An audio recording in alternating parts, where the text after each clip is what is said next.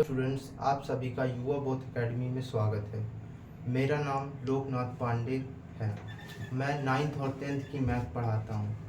ठीक है, तो 9th क्लास में हम संख्या पद्धति पढ़ेंगे। संख्या पद्धति, नंबर सिस्टम तो आपने 8 तक पढ़ा ही होगा।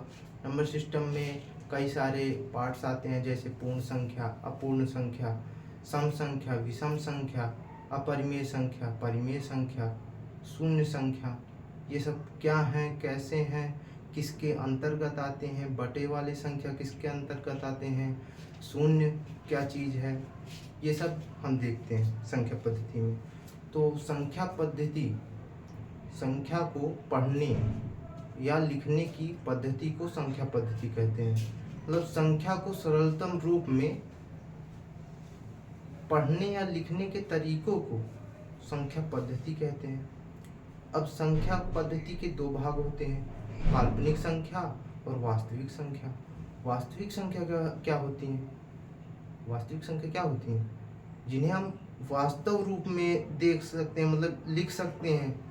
और काल्पनिक संख्या वे होती हैं जिन्हें हम वास्तव में लिख नहीं सकते हैं, किसी भी प्रकार में, मतलब देख नहीं सकते। जैसे सेब है, हमने 10 सेब उठाया, ठीक है, तो 10 सेब उठाया, वो गिन लिया हमने 10 सेब, तो ये क्या है? वास्तविक संख्या। काल्पनिक संख्या क्या होती है? जैसे कि कोई नंबर हैगा, ठीक है, कोई बहुत सारे डिजिट हैं, अब उसमें कोई आधा है, कोई उससे भी आधा है, तो वो क्या आ गया? पॉइंट में आ गया या फिर बटे में आ गया। तो इसे हम देख सकते हैं लेकिन गिन नहीं सकते हैं, ये काल्पनिक संख्या में हो गया। ठीक है, तो आइए देखते हैं संख्या पद्धति। संख्या पद्धति, नंबर सिस्टम। संख्याओं को सरलतम रूप में पढ़ने या लिखने के तरीके को संख्या पद्धति कहते हैं। अब संख्या पद्धति में हम वास्तविक और काल्पनिक संख्या पढ़ेंगे। वास्तविक संख्या अभी हमने बताया कि सेब का एग्जाम्पल दिया। वास्तविक संख्या वे होती हैं जिन्हें हम संख्या रेखा पर प्रदर्शित कर सकते हैं। संख्या रेखा पर हम आपको दिखाते हैं, प्रदर्शित करिए। ये हमने क्या बनाया? संख्या रेखा। इधर के जो डिजिट होंगे वो माइनस में होंगे और इधर के जो डिजिट होंगे वो धनात्मक होंगे, यानी प्लस में होंगे। तो ये डिजिट हम देख पा रहे हैं, गिन पा रहे हैं, तो ये वास्तविक संख्या है। वास्तव में हम कुछ भी हम गिन सकते हैं ना, तो उसे मान लीजिए वास्तविक संख्या है। आंख मूंद के मान लीजिए कि वास्तविक संख्या है। और काल्पनिक संख्या वे संख्या होती हैं जिसे हम कल्पना कर सकते हैं, वास्तव में गिन या देख नहीं सकते हैं। देखने का मतलब आप संख्या को तो देख सकते हैं, लेकिन वो है, देख रहा हूँ कि जो गिनना है, मतलब कोई भी प्राकृतिक चीज है या कोई वस्तु है, उसको हम गिन नहीं सकते हैं अगर वो उसी प्रकार में नहीं है, उसी फॉर्मेट में नहीं है। देखिए,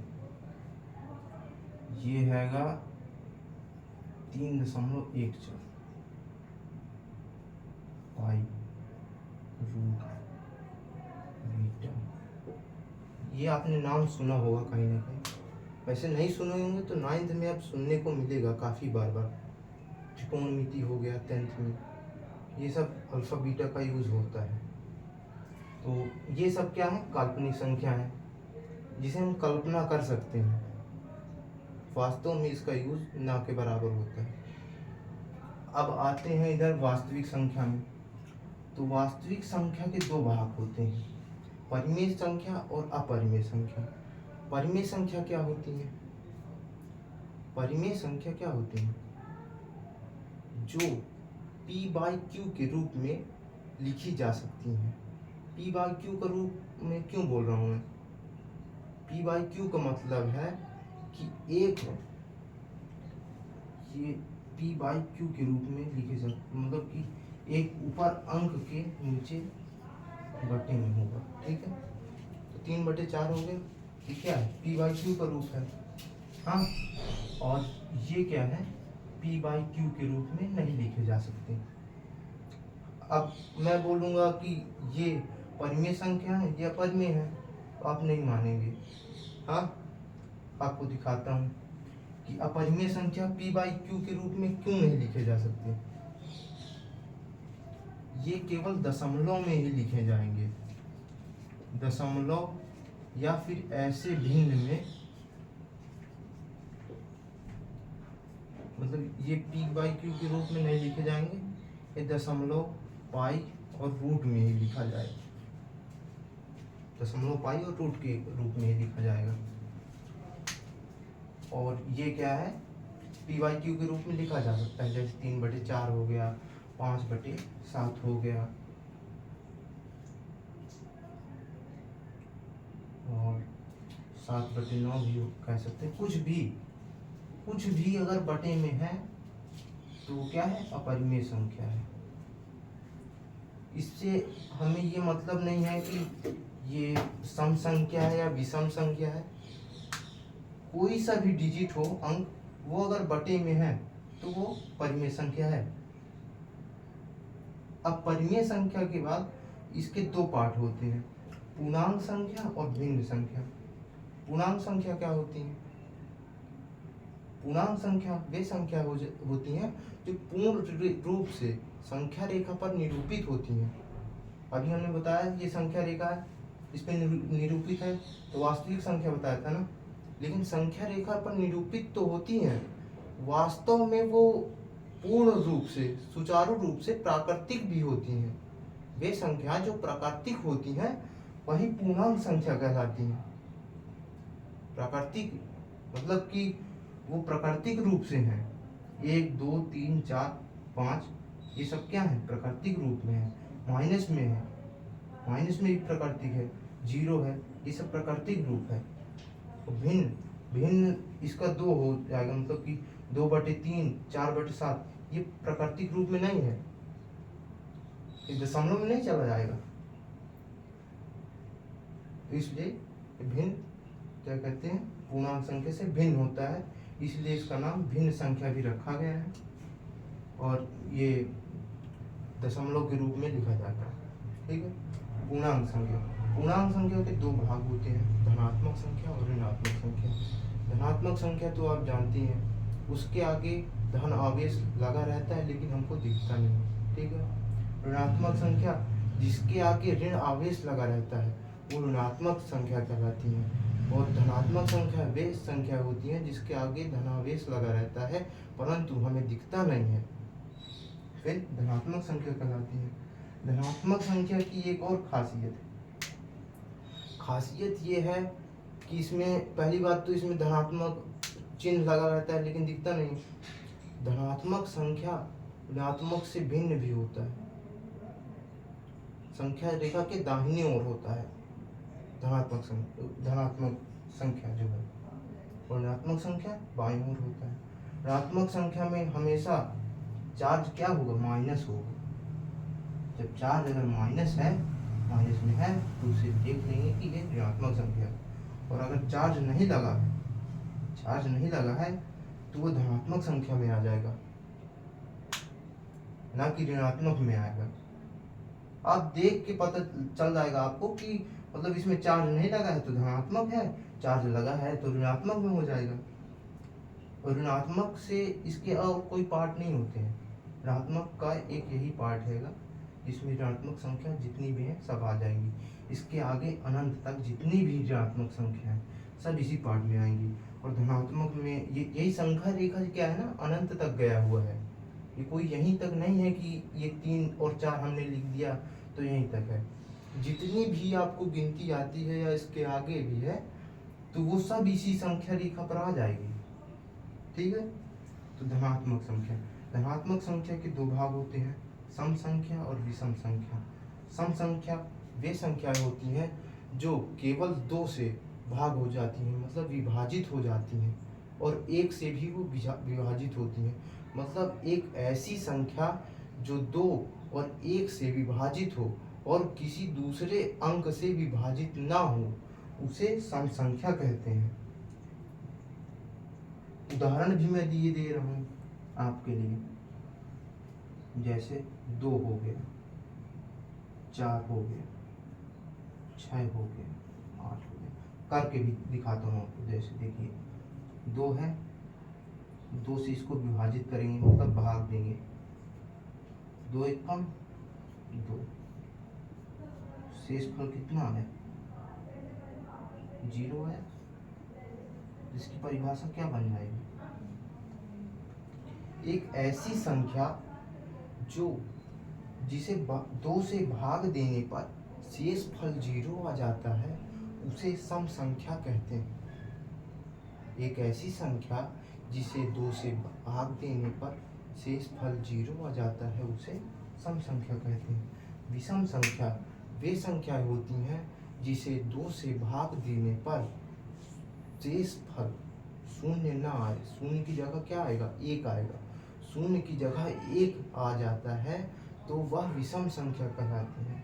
विषम संख्या जैसे हो गई 3 हो गई, 5 हो गई, 7 हो गई, 8 नहीं होगा, 8 तो सम संख्या है ना, 3। इसका भी मैं आपको पूरा करके दिखाऊंगा, मतलब ऐसा नहीं कि कुछ भी है, जो मैं बोलता हूँ करके भी दिखाऊंगा।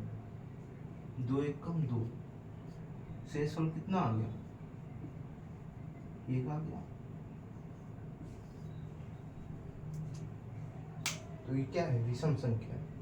ठीक है, तो आप ऐसे जितनी भी संख्या हैं, 3 हो गया, 5 हो गया, 7 हो गया, 11 हो गई, ये सब 13 हो गया, इन सब को आप 2 से भाग देकर चेक कर सकते हैं कि ये विषम संख्या है या सम संख्या है। और इसमें सम में भी आ गया 2, 4, 6, 8, 10, 9, इन सब को भाग देकर चेक कर सकते हैं। अब चलिए इनकी परिभाषा लिखाता हूँ और इसके बारे में समझाता हूँ।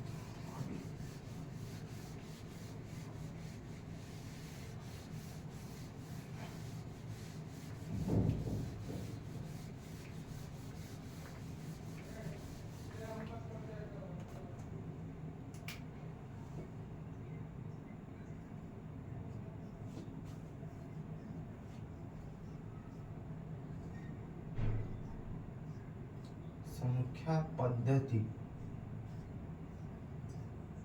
क्या है, संख्या पद्धति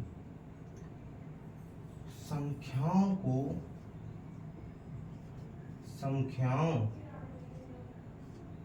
को सरलतम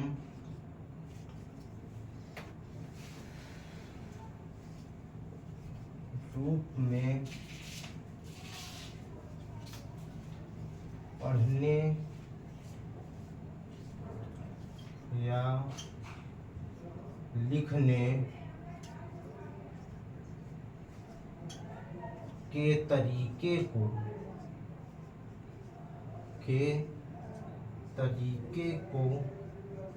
या पद्धति को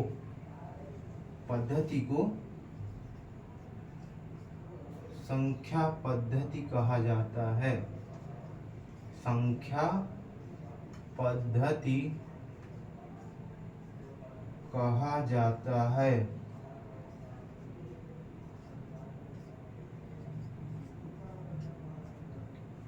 वास्तविक संख्या, अब इसका क्या है, पार्ट है वास्तविक संख्या।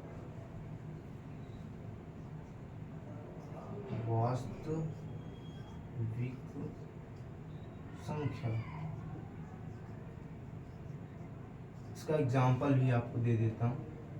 सरलतम रूप में हम इसको पढ़ लिख सकते हैं। ऐसी संख्या कौन सी, 1 हो गया, 2 हो गया, 3 हो गया, 4 हो गया, 5 हो गया।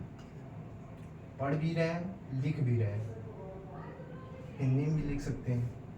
1 हो गया, 2 हो गया, 3, 4, 5, बटे में भी लिख सकते हैं, 5/3, 4/7।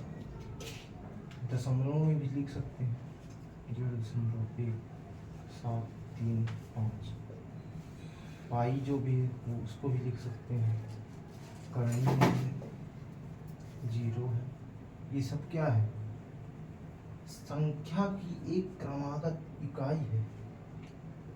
इसी को हम संख्या पद्धति बोलते हैं। जितनी भी संख्या हैं वो संख्या पद्धति के अंतर आती हैं, चाहे वो माइनस का चार्ज, चाहे प्लस का हो, चाहे दशमलव में हो, चाहे बटे में हो, चाहे करनी में हो, या फिर खुद जीरो ही क्यों ना हो, ये सब संख्या पद्धति के अंदर आते हैं।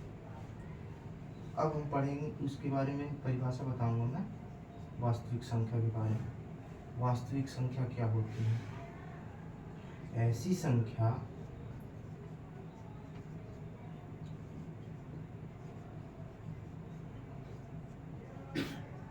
जिन्हें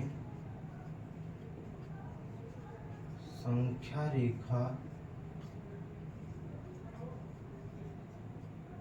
पर प्रदर्शित किया जाता है।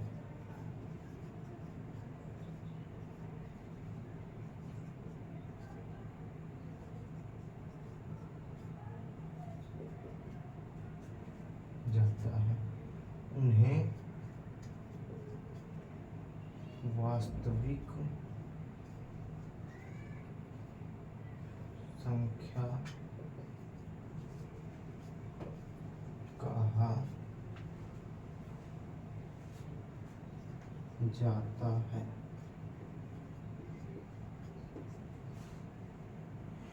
ऐसी संख्या जिन्हें संख्या रेखा पर प्रदर्शित किया जाता है उन्हें वास्तविक संख्या कहते हैं। वास्तविक संख्या को प्राकृतिक संख्या के नाम से भी जाना जाता है। वास्तविक संख्या को हम संख्या रेखा पर प्रदर्शित कर सकते हैं, जैसे कि ये देखिए एग्जाम्पल के तौर पर, उदाहरण,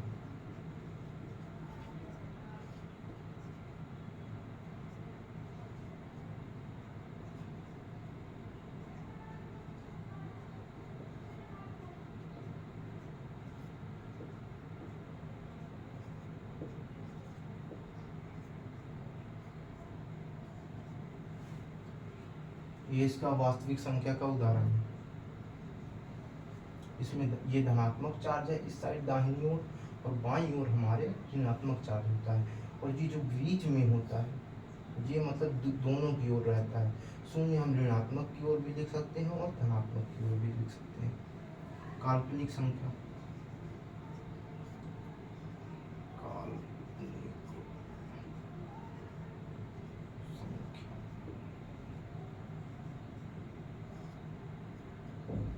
ऐसी संख्याएं जिन्हें हम केवल कल्पना कर सकते हैं, संख्या रेखा पर प्रदर्शित नहीं कर सकते हैं, उन्हें काल्पनिक संख्या कहते हैं। ठीक है, ऐसी संख्याएं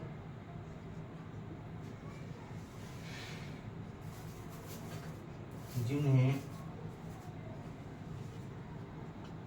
हम संख्या रेखा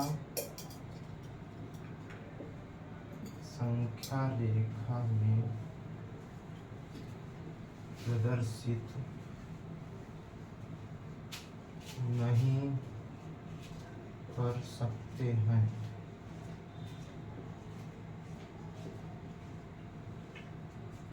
केवल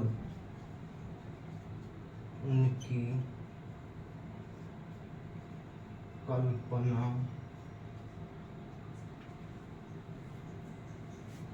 कर सकते हैं, उन्हें काल्पनिक संख्या कहते हैं।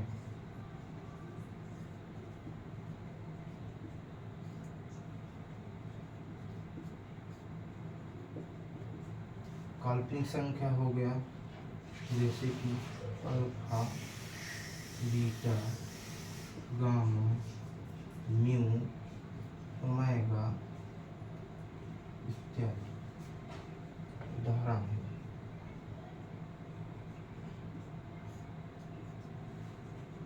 अब आता है इसके बाद काल्पनिक संख्या के बाद परिमेय संख्या।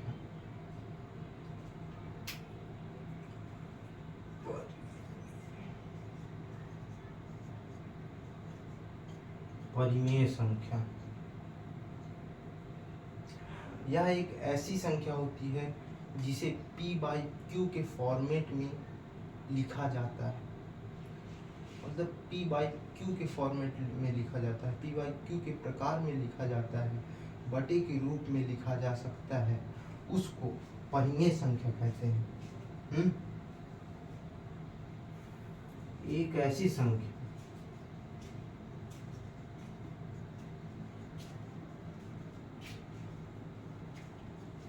जिसे p बाई क्यू के रूप में निरूपित किया जा सकता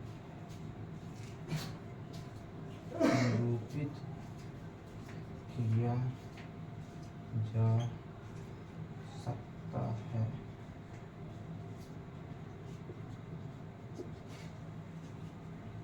उसे परिमेय संख्या कहते हैं। परिमेय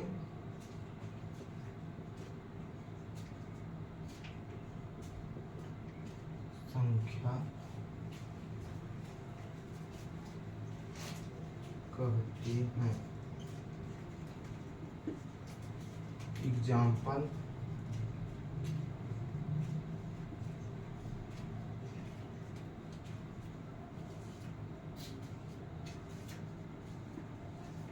4/2 1/3 इत्यादि। ऐसी संख्या जिन्हें p बाई क्यू के फॉर्मेट में लिखा जा सकता है, p बाई क्यू के प्रकार में लिखा जा सकता है, वे संख्याएं क्या कहलाती हैं? परिमेय संख्या कहलाती हैं। हाँ, उदाहरण हमने बताया 3/7 2/5 4/3, ये सब क्या है? परिमेय संख्या। अब आते हैं अपरिमेय संख्या की। परिमेय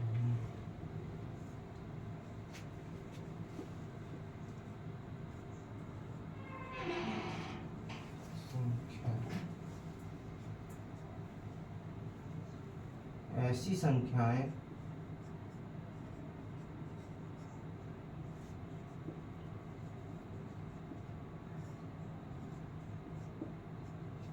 जिन्हें p बाई क्यू के रूप में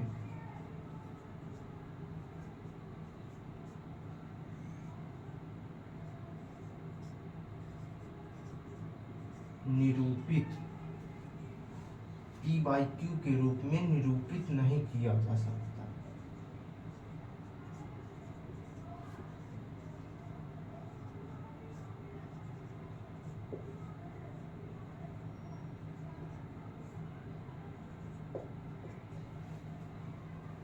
वे संख्या क्या कहलाएंगी?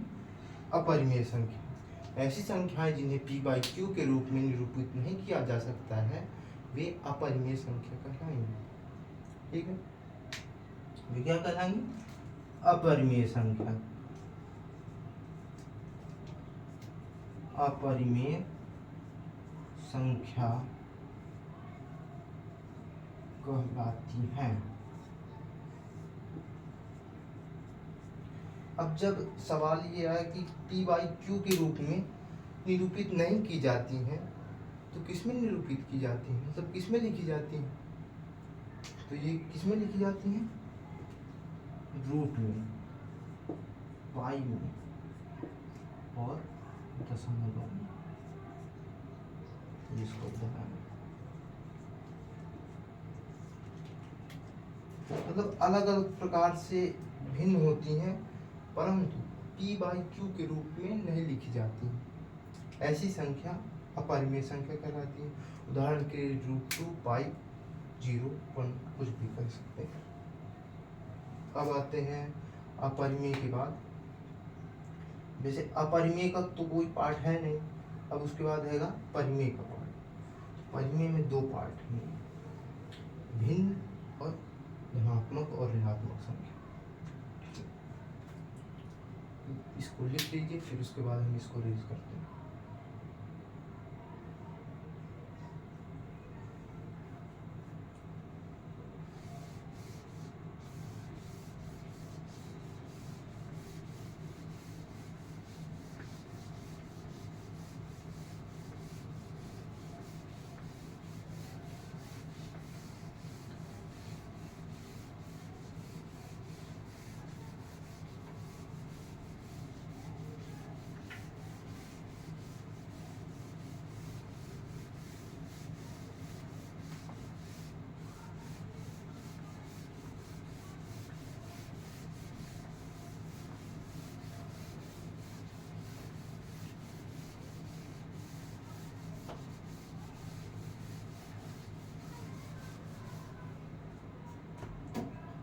परिमेय संख्या के दो पार्ट होते हैं, पूर्णांक और भिन्न।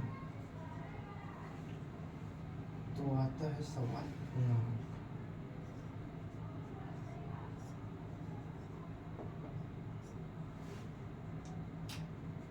पूर्णांक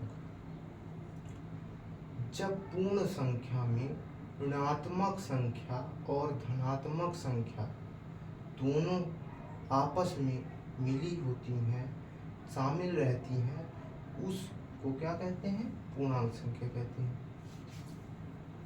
जब ऋणात्मक संख्या और धनात्मक संख्या दोनों आपस में शामिल रहती हैं, उस चीज को क्या कहते हैं? पूर्णांक संख्या कहते हैं।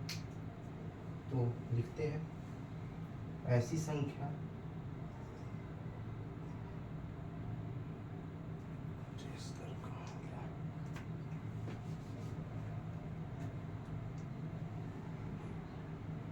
जिसमें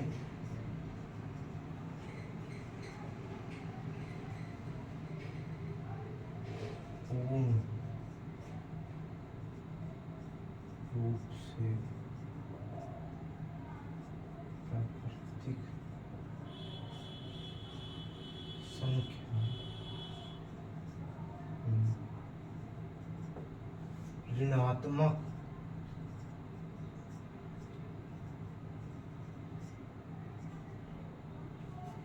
चिन्ह के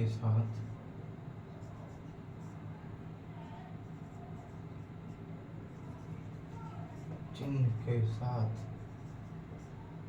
धनात्मक चिन्ह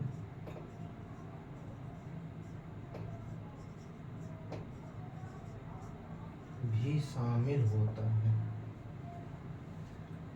जिस पूर्णांक में ऋणात्मक चिन्ह के साथ धनात्मक चिन्ह भी शामिल होता है,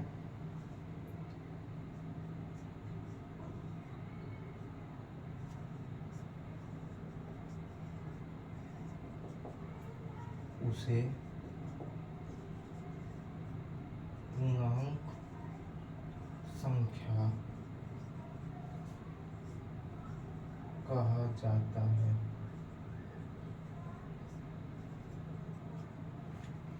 उदाहरण के लिए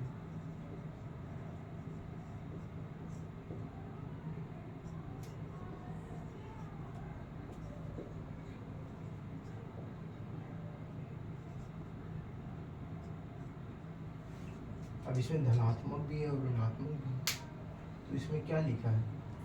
जिस पूर्णांक के रूप में, प्राकृतिक संख्या के रूप में ऋणात्मक चिन्ह के साथ धनात्मक चिन्ह भी शामिल होता है, उसे क्या कहते हैं?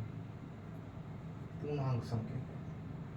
अब इसमें ऋणात्मक चिन्ह है, धनात्मक चिन्ह है, फिर धनात्मक है, फिर ऋणात्मक है, फिर धनात्मक है, फिर ऋणात्मक। ये सब क्या है? पूर्णांक संख्या। तब आता है इसके बाद भिन्न।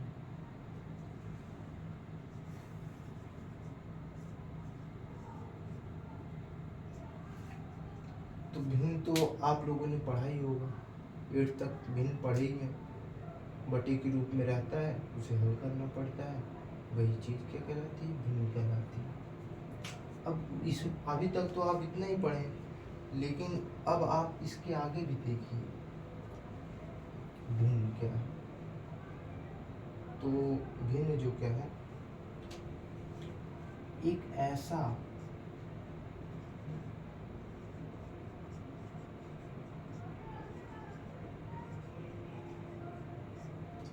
संख्या का रूप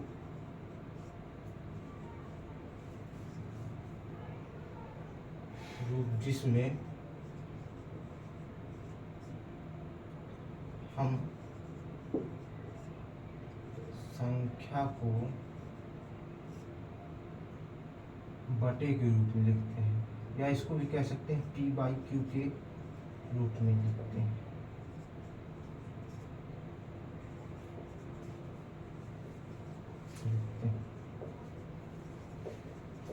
और जो मैं बताने जा रहा हूँ कि मतलब अभी तक आपने जो पढ़ा उससे कुछ अलग है।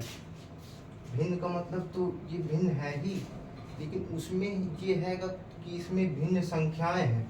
भिन्न से मतलब नहीं है, भिन्न संख्याएं। भिन्न संख्याएं का मतलब जो दशमलव में संख्याएं, हाँ, जो बटे में भिन्न संख्याएं अलग हैं, जो इसमें क्या है, परिमेय संख्या में है, बटे में है संख्या नहीं है ना, और इसमें बटे में संख्या रहेगी, दशमलव में रहेंगे, पाई रहेगी, रूट रहेगा, ये सब क्या है, भिन्न है, भिन्न में आते हैं। तो इसे हम p बाई क्यू के रूप में लिखते हैं। इसमें कुछ भिन्न संख्या होती है, कुछ अलग संख्या पूर्णांक संख्या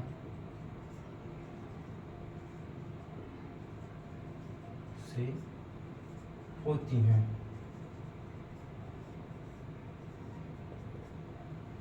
उदाहरण के लिए 0, 1, 0, 2,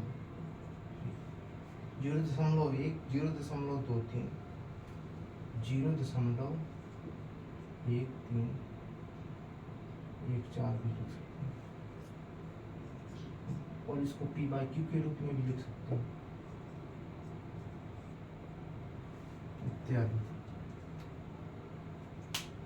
अब पूर्णांक के दो भाग होते हैं, धनात्मक संख्या और ऋणात्मक संख्या। तो धनात्मक संख्या क्या होती है और ऋणात्मक संख्या क्या होती है, उसको भी देखते हैं। धनात्मक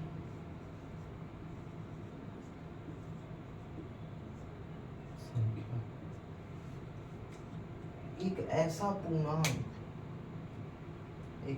पूर्णांक जिसमें धन आवेश लगा रहता है, उसे धनात्मक संख्या कहते हैं। और धनात्मक संख्या के आगे धन तो लगा रहता है, लेकिन हम जान नहीं पाते हैं कि मतलब लगा है या नहीं, दिखता नहीं है हमको।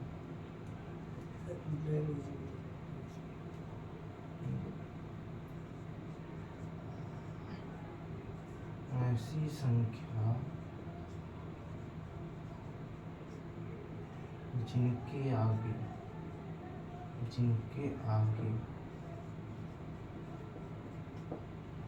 धनात्मक चिन्ह लगा हो या ना हो, परंतु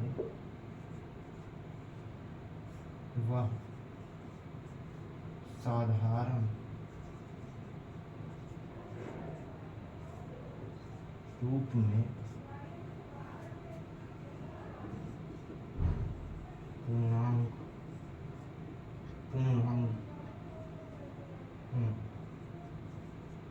उन्हें धनात्मक संख्या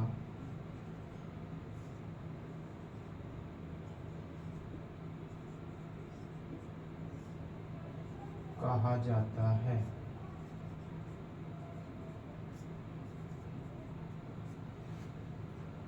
एग्जाम्पल के लिए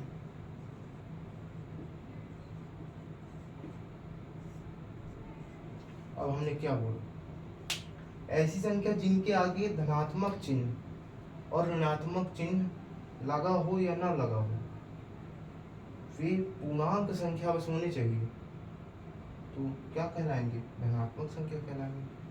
उदाहरण में हम आपको विस्तार से बता भी दे रहे हैं, जैसे कि देखिए धनात्मक लगा हो, ये धनात्मक चिन्ह का है, सिंबल किसका है, धनात्मक चिन्ह का, धनात्मक चिन्ह, ये भी सिंबल है धनात्मक का।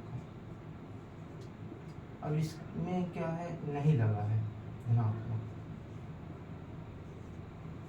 तो क्या ये ऋणात्मक में थोड़ी चला जाएगा, ये भी धनात्मक का ही पार्ट है, ये संख्या भी धनात्मक हैंगी, ये संख्या क्या कहलाएंगी, धनात्मक संख्या। अब हम देखेंगे ऋणात्मक संख्या।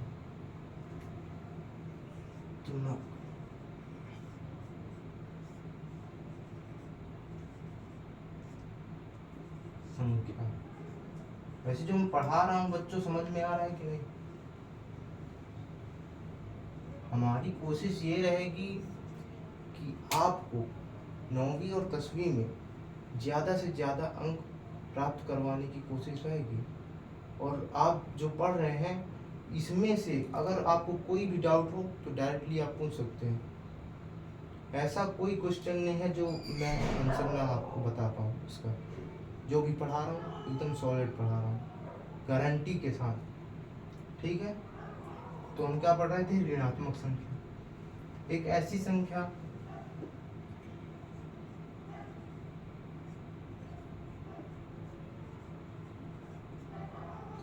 जिसके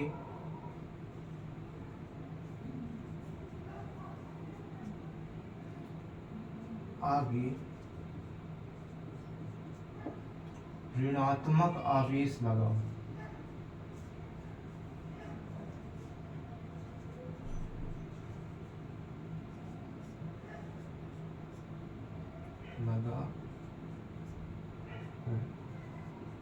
हुआ ऋणात्मक संख्या कहलाएगी। ऋणात्मक संख्या कहलाती है।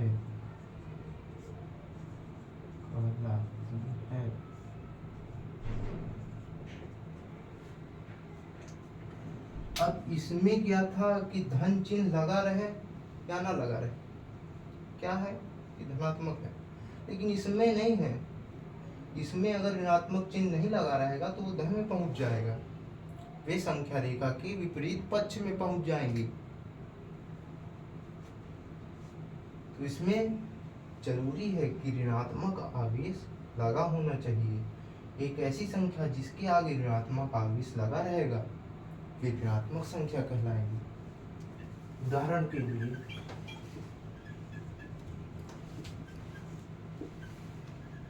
-1, -2, -3,